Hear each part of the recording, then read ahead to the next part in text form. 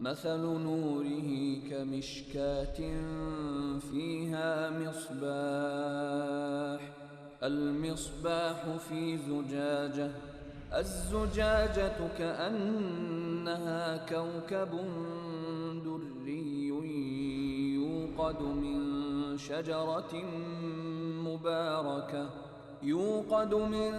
شجرة مباركة زيتونة لا شرقية ولا غربية يكاد زيتها يضيء ولو لم تمسسه نار نور على نور. السلام عليكم ورحمة الله وبركاته. الحمد لله رب العالمين والصلاة والسلام على أشرف الأنبياء والمرسلين نبينا محمد وعلى آله وصحبه أجمعين. أما بعد، أعوذ بالله من الشيطان الرجيم. بسم الله الرحمن الرحيم. إن ربكم الله الذي خلق السماوات والأرض في 6 أيام ثم استوى على العرش. ബഹുമാന്യരായ എൻ്റെ ശബ്ദം ശ്രവിച്ചുകൊണ്ടിരിക്കുന്ന സഹോദരി സഹോദരന്മാരെ, ദൈവത്തിൻ്റെ അനുഗ്രഹങ്ങൾ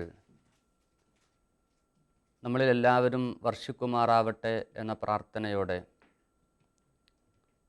ഇസ്ലാമുമായി ബന്ധപ്പെട്ട ചില വിഷയങ്ങൾ നിങ്ങളുടെ ശ്രദ്ധയിൽപ്പെടുത്താനാണ് ഉദ്ദേശിക്കുന്നത്. ഇസ്ലാം എന്ന പദം സമാധാനം എന്നും സമർപ്പണം എന്നും അർത്ഥമുള്ള ഒരു പദമാണ് ഇസ്ലാം എന്നത്. ഇസ്ലാം സമാധാനത്തിൻ്റെ മതമാകുന്നത് പോലെ ഇസ്ലാം സമർപ്പണത്തിൻ്റെ കൂടി മതമാണ്. ആർക്കുള്ള സമർപ്പണം? ദൈവത്തിനുള്ള സമർപ്പണം എന്നതാണ് സമർപ്പണം എന്നതുകൊണ്ട് ഉദ്ദേശിക്കുന്നത്. നമുക്കറിയാം, നമ്മൾ ജീവിക്കുന്ന നാടും സമൂഹവും ഇന്ത്യയെ സംബന്ധിച്ചിടത്തോളം ഒരുപാട് മത ദർശനങ്ങൾക്ക് ജന്മം നൽകുകയും പല മതങ്ങളെയും ദർശനങ്ങളെയും സ്വാഗതം ചെയ്യുകയും ചെയ്തിട്ടുള്ള ഒരു ബഹുമത സമൂഹത്തിൽ ക്രൈസ്തവരും മുസ്ലിങ്ങളും ഹിന്ദുക്കളും ഉള്ളവനും മതമില്ലാത്തവനും ഒന്നിച്ച് ജീവിച്ചു കൊണ്ടിരിക്കുന്ന ഒരു ബഹുമത സമൂഹത്തിലാണ് നമ്മൾ ജീവിച്ചു കൊണ്ടിരിക്കുന്നത്. ഇന്ത്യയെ സംബന്ധിച്ചിടത്തോളം ഇന്ത്യയുടെ വിശിഷ്ടമായ പാരമ്പര്യം ആ രൂപത്തിലാണ് എന്ന് നമ്മളെല്ലാവരും അഭിമാനത്തോടു കൂടി പറയുന്നവരാണ്. അതുകൊണ്ട് തന്നെ ഈ ഇന്ത്യയുടെ പാരമ്പര്യത്തിൽ നമ്മൾ മനസ്സിലാക്കുന്നത് ഒരുപാട് മത ആശയങ്ങൾക്ക് അത് സ്വീകരിക്കുകയും അത് താല്പര്യപൂർവ്വം ഉൾക്കൊള്ളുകയും ചെയ്തിട്ടുള്ള ഒരു സമൂഹം ജീവിക്കുന്ന ഒരു നാട് എന്ന സാഹചര്യത്തിൽ ഇസ്ലാം എന്ന വലിയ ഒരാശയത്തെ സംബന്ധിച്ച്, അല്ലെങ്കിൽ ഇസ്ലാം എന്ന ലോകത്ത് ഒരുപാട് പ്രചരിക്കുകയും ചെയ്തിട്ടുള്ള ഇസ്ലാമിൻ്റെ അതിപ്രധാനമായ ദൈവവിശ്വാസത്തെ സംബന്ധിച്ചുള്ള ചില കാര്യങ്ങളാണ് നിങ്ങളുടെ ശ്രദ്ധയിൽപ്പെടുത്താൻ ഞാൻ ഉദ്ദേശിക്കുന്നത്. അതെന്തുകൊണ്ട് എന്ന ഒരു ചോദ്യം നമ്മുടെ മനസ്സിലുണ്ടാകാം. നമ്മളെല്ലാവരും ദൈവത്തിൻ്റെ അത്യപാരമായ അനുഗ്രഹങ്ങൾ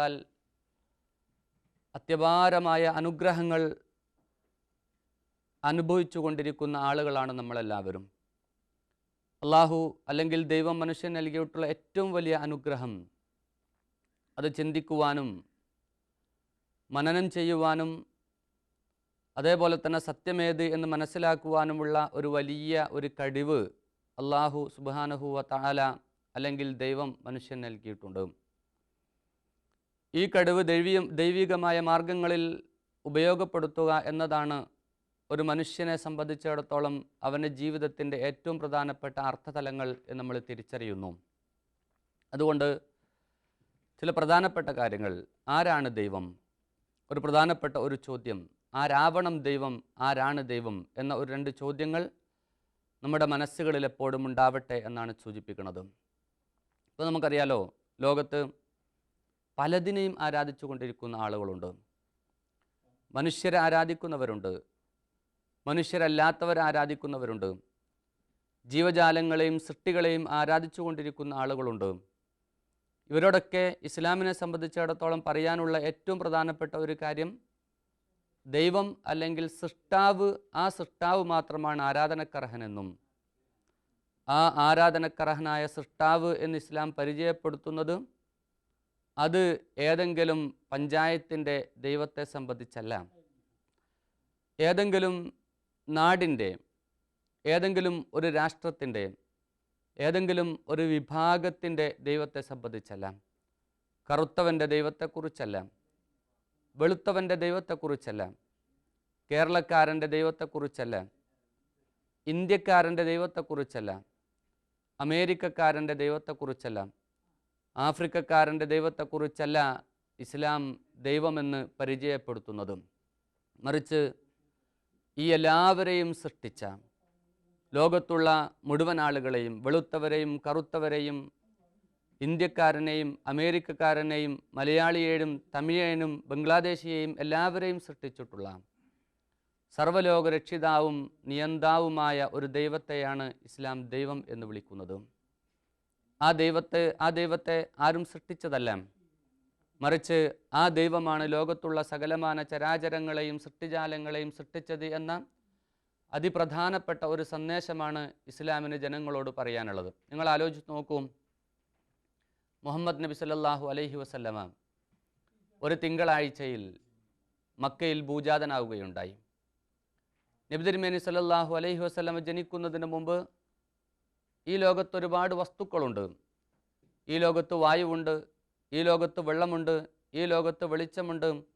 ഓരോ ദിനേനയും ഉദിച്ചുകൊണ്ടിരിക്കുന്ന സൂര്യനും, അതേപോലെ തന്നെ രാത്രികളിൽ പ്രകാശം ചൊരിത്തിക്കൊണ്ടിരിക്കുന്ന ചന്ദ്രനും, മനുഷ്യൻ്റെ കൺകുളിർക്കുന്ന ഓരോ പല രാത്രികളിലും ആകാശങ്ങളിൽ നമ്മൾക്ക് വസന്തമായി വിരിഞ്ഞുകൊണ്ടിരിക്കുന്ന നക്ഷത്രങ്ങളും മുഹമ്മദ് നബി സല്ലല്ലാഹു അലൈഹി വസല്ലമ മക്കയിൽ ജനിക്കുന്നതിന് മുമ്പ് ഈ ലോകത്തുണ്ടായിട്ടുണ്ട്. അതേപോലെ നിങ്ങൾ ആലോചിച്ച് നോക്കൂ, ഈ മുഹമ്മദ് നബിക്ക് മുമ്പ് ഈ കാര്യങ്ങളൊക്കെ ഉണ്ടായിട്ടുണ്ട് എങ്കിൽ, മുഹമ്മദ് നബി ആമിനയുടെയും അബ്ദുള്ളയുടെയും മകനായി ഈ ലോകത്ത് ഭുജാതനായത് എങ്കിൽ നമ്മൾക്ക് തീർച്ചയായും നമ്മൾക്ക് പറയാൻ കഴിയും, മുഹമ്മദ് നബി സല്ലല്ലാഹു അലൈഹി വസല്ലം ജനിക്കുന്നതിന് മുമ്പ് ഈ ലോകത്തുള്ള ജനങ്ങളെ സൃഷ്ടിച്ചത് അത് മുഹമ്മദ് നബി അല്ല എന്ന് നമ്മൾക്ക് പറയാൻ കഴിയും. അതേപോലെ തന്നെ മുഹമ്മദ് നബി സല്ലല്ലാഹു അലൈഹി വസല്ലം ജനിക്കുന്നതിന് മുമ്പ് ഈ ലോകത്തുള്ള വായുവും വെള്ളവും വെളിച്ചവും സൂര്യനും ചന്ദ്രനും നക്ഷത്രങ്ങളും സകല ചരാചരങ്ങളെയും സൃഷ്ടിച്ചത് മുഹമ്മദ് നബി അല്ല എന്ന് നമ്മൾക്ക് പറയാൻ കഴിയും. അതുകൊണ്ട് തന്നെ ഒരിക്കലും മുഹമ്മദ് നബി സല്ലല്ലാഹു അലൈഹി വസല്ലമയെ സംബന്ധിച്ച് ദൈവമാണ് എന്ന് പറയാൻ നമ്മൾക്ക് സാധ്യമല്ല. 2000 വർഷങ്ങൾക്ക് മുമ്പ് ക്രിസ്തു യേശു ജനിക്കുന്നതിന് മുമ്പ്, കന്യാമറിയമിൻ്റെ പുത്രനായി ക്രിസ്തു യേശു ജനിക്കുന്നതിന് മുമ്പ് ഈ ലോകത്ത് വായുവുണ്ട്, വെള്ളമുണ്ട്, വെളിച്ചമുണ്ട്, സപ്തസാഗരങ്ങളും ഭൂമിയും ആകാശങ്ങളുമുണ്ട്. മനുഷ്യന് തണൽ നൽകുന്ന വൃക്ഷങ്ങളുണ്ട്. അതേപോലെ മനുഷ്യന് ഫലവർഗ്ഗങ്ങൾ നൽകാൻ ആകാശത്ത് നിന്ന് മഴ വർഷിച്ചു കൊണ്ടേയിരിക്കുന്നുണ്ട്. അപ്പോൾ നമ്മൾക്ക് തീർച്ചയായും നമ്മൾക്ക് പറയാൻ കഴിയും, യേശു ക്രിസ്തു ദൈവമല്ല എന്ന് പറയാൻ നമ്മൾക്കൊരു പ്രയാസവും ഉണ്ടാകില്ല.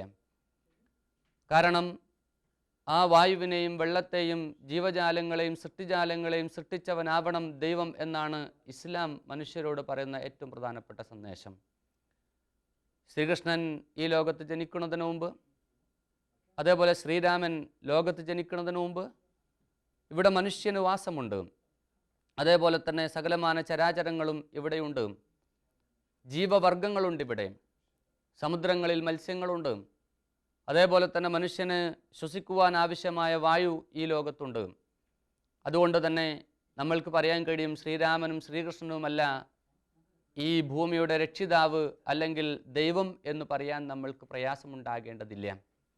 അപ്പോൾ അതുകൊണ്ട് ഞാൻ സൂചിപ്പിക്കുന്നത്, ഇസ്ലാം പരിചയപ്പെടുത്തുന്ന ദൈവം അത് ഏതെങ്കിലും പ്രദേശത്തുകാരുടെ ദൈവമല്ല, ഏതെങ്കിലും ഭാഷക്കാരുടെ ദൈവമല്ല, ഏതെങ്കിലും വർണ്ണക്കാരുടെ ദൈവമല്ല, അതേപോലെ തന്നെ ഏതെങ്കിലും പഞ്ചായത്തിൻ്റെയോ ഏതെങ്കിലും ജില്ലയുടേതോ ഏതെങ്കിലും സംസ്ഥാനത്തിൻ്റേതോ ആയ ദൈവത്തെക്കുറിച്ചല്ല ഇസ്ലാമിന് ജനങ്ങളോട് പറയാനുള്ളത്.